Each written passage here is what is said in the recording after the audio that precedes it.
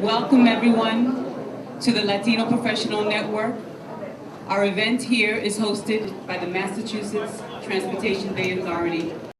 Thank you very, very much, everybody. Welcome to the MBTA, and it's a really thrilling evening for us to have everybody here. Let me begin with some thank yous. First and foremost, I can tell you that this evening would not have been a reality were it not for a group of MBTA employees who formed a team in the Latino Alliance at the MBTA. And let me first start off by saying thank you, Craig, Diaz, and to everybody who came in to see me a couple months ago and said, you know what we need to do? If we really want to generate some buzz about working at the MBTA, we need to have some networking. And so please put your hands together. Thank you, Craig.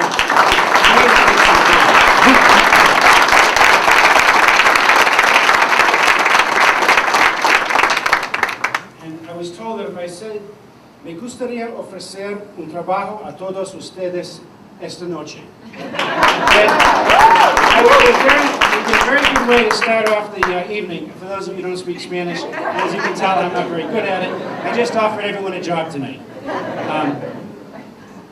But I do want to be serious for just a second more and just say that the folks from the MBTA who really have gotten behind a lot of energy in networking and outreach has just been very gratifying to me. I also can tell you that it would not have happened but for Rick Leary, our Chief Operating Officer, who has been absolutely outstanding, and Kevin McGuire, his Deputy Chief Operating Officer. I just want to say thank you, Rick, and thank you, Kevin, very much as well.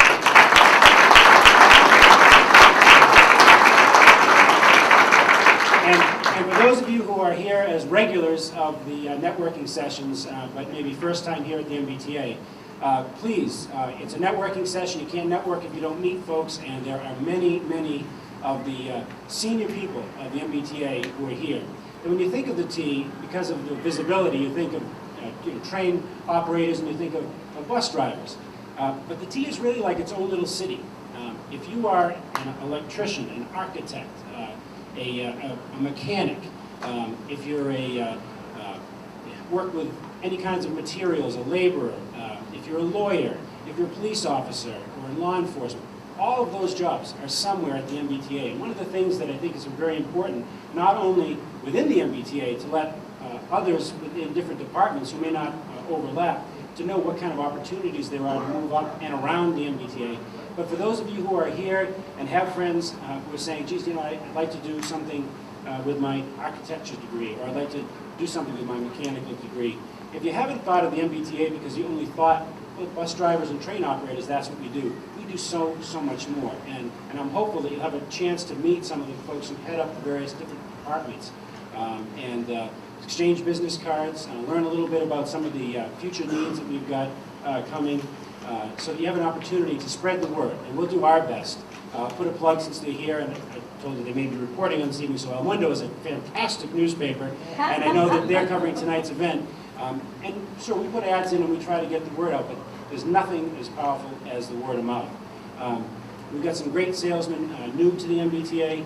I believe that, I know that Darnell Williams from the Urban League of Eastern Massachusetts was recognized previously. And for those of you who don't know, Darnell has just recently, as a few months ago, joined the board of directors of the MBTA. So I think I was credited with getting dignitaries and luminaries from the city of Boston like Darnell here. The fact of the matter is, he's my boss, so I'm glad to be here, so thank you. But it's people like Darnell and the conversations that we've been having that really are going to make a big difference. I guess we've got this thing up here to really, put in several words in one place. The idea that diversity within the MBTA is something that's important. In my conference room, I have 3 framed posters. One is our mission statement. One is our value statement for the MBTA, and one is our diversity statement. And there's one common theme for all 3, and that is the discussion of diversity within our workforce and diversity within the community in which we operate, and how important it is that we are a good place for people to work and a great opportunity for people to advance once they get there, people of all backgrounds. And I'm very proud of the fact that we have such a strong statement of diversity.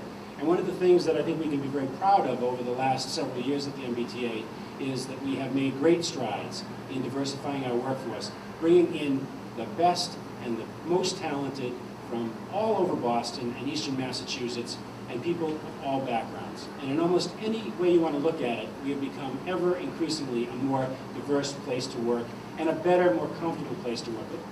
I don't think we can run away from the history that the MBTA wasn't always known as a very welcoming place to many people of many different backgrounds. And today, I can tell you that from my office and from me, throughout the entire organization, we're dedicated to making sure that we are a place of opportunity, and we're a place that once you get in and you grab that opportunity, we're a place for advancement. And it's something of which I'm very proud. So I don't think you want to have all-night speeches and listening to me, so let me just wrap up by saying this.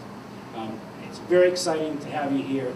I'm going to make my first promise, other than that other promise, I guess I don't know if I can give everybody a job. And that is, somebody asked me, gee, this is great. I know that, the group moves around to different locations.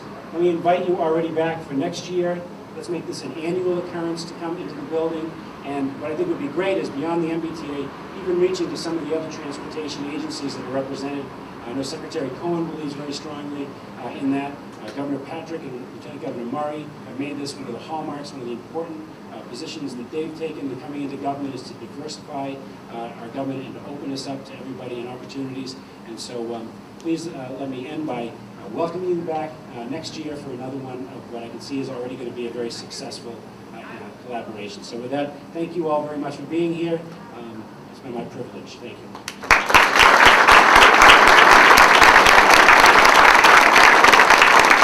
This is a beautiful thing today.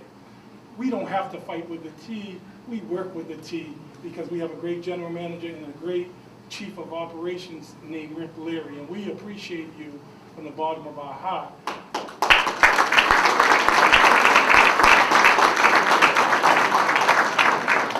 I was lucky enough to sit with Rick and Dan, and then the Latino Alliance. We had a great meeting with our general manager. It was exciting. Our general manager sent us an email back and just told us he was energized, and we were energized.